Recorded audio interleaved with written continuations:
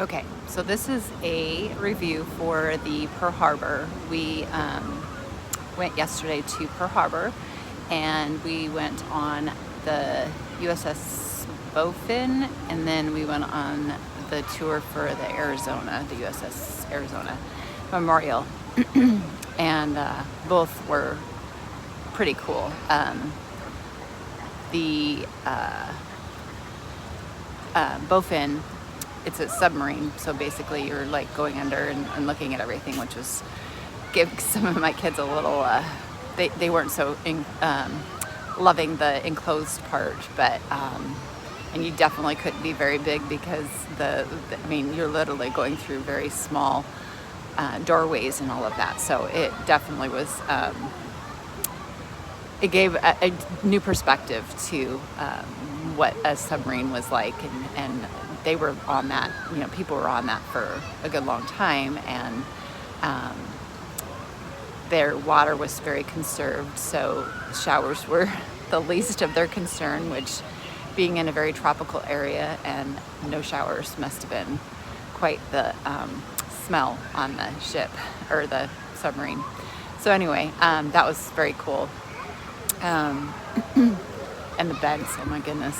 I'll try and post pictures here. If I can't figure out how to post them here, I will do an actual review for the like a Google review for the Pearl Harbor, and post pictures there. But anyway, one thing to definitely note, when you're heading in, do not bring a backpack that you're planning to take in. You can check it. They have a place you can check it for $5. Had I known that we were, not going to be able to take my pack in, I would not even have taken it. I would just have, figured out how to feed kids without that. They have that little snack shop thing that you can get, like hot dogs, and I think there was like nacho kind of stuff. We got hot dogs, and the kids were fine. There's water there. They had a really cool stand that you could like a vending machine basically, but it had coins, four different coins that we got, because one of my boys loves coins, so we end up getting coins wherever we go, and that was cool. But you can bring into the area like a wallet size purse, or anything that's that size. But if you have like a clear bag, which is kind of the thing right now, you can bring that in, because they can see everything, I guess. So anyway, it was kind of interesting.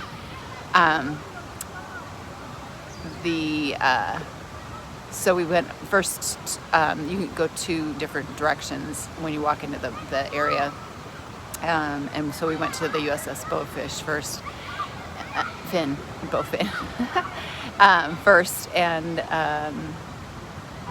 went on that tour, walking through it.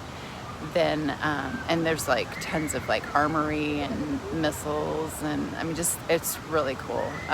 Even like the anchor that they used, and you actually see that anchor in the one of the videos that we watched. So it was just kind of cool just to see how they used it, and then to actually see the actual anchor. And then the other direction, if you go the other direction, that's where you head out to go on the tour for the USS Arizona Memorial. But you over there's like kind of a walkthrough museum type thing, where they show like replicas of the different ships. There's like video is in one of the rooms that you can watch, playing like over and over.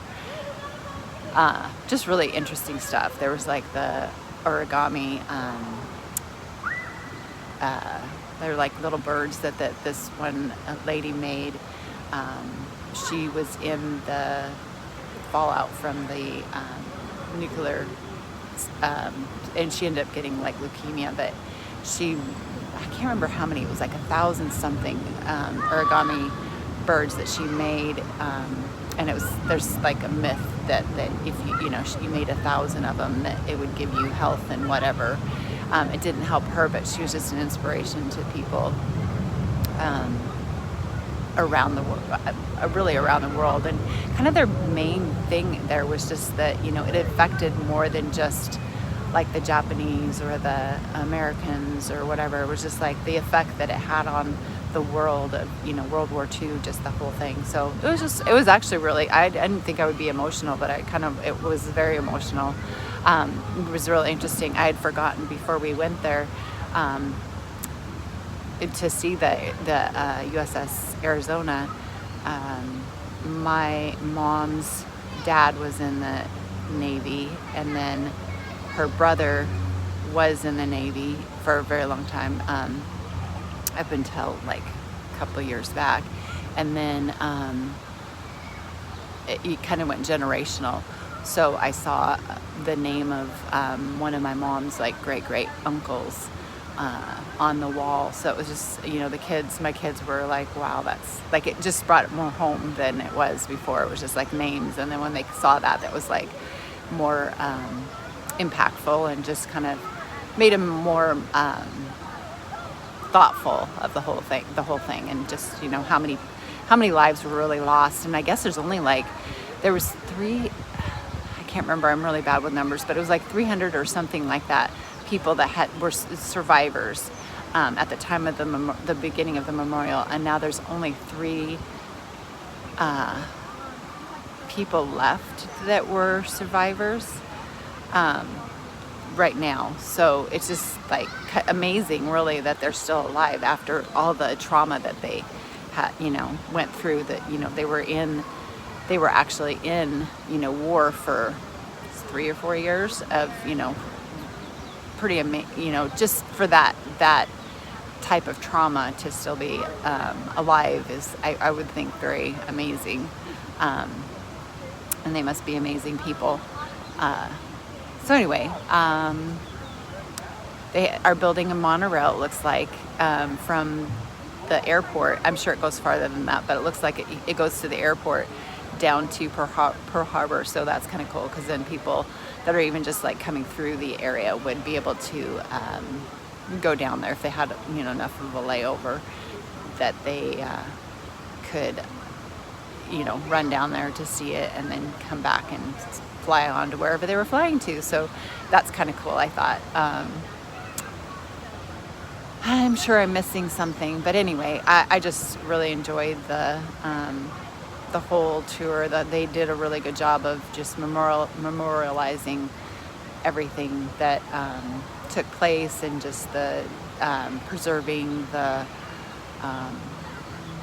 history. And so I will try and post pictures. If I don't, then I'll just check out the Google reviews, and I'll have some pictures there. So thanks.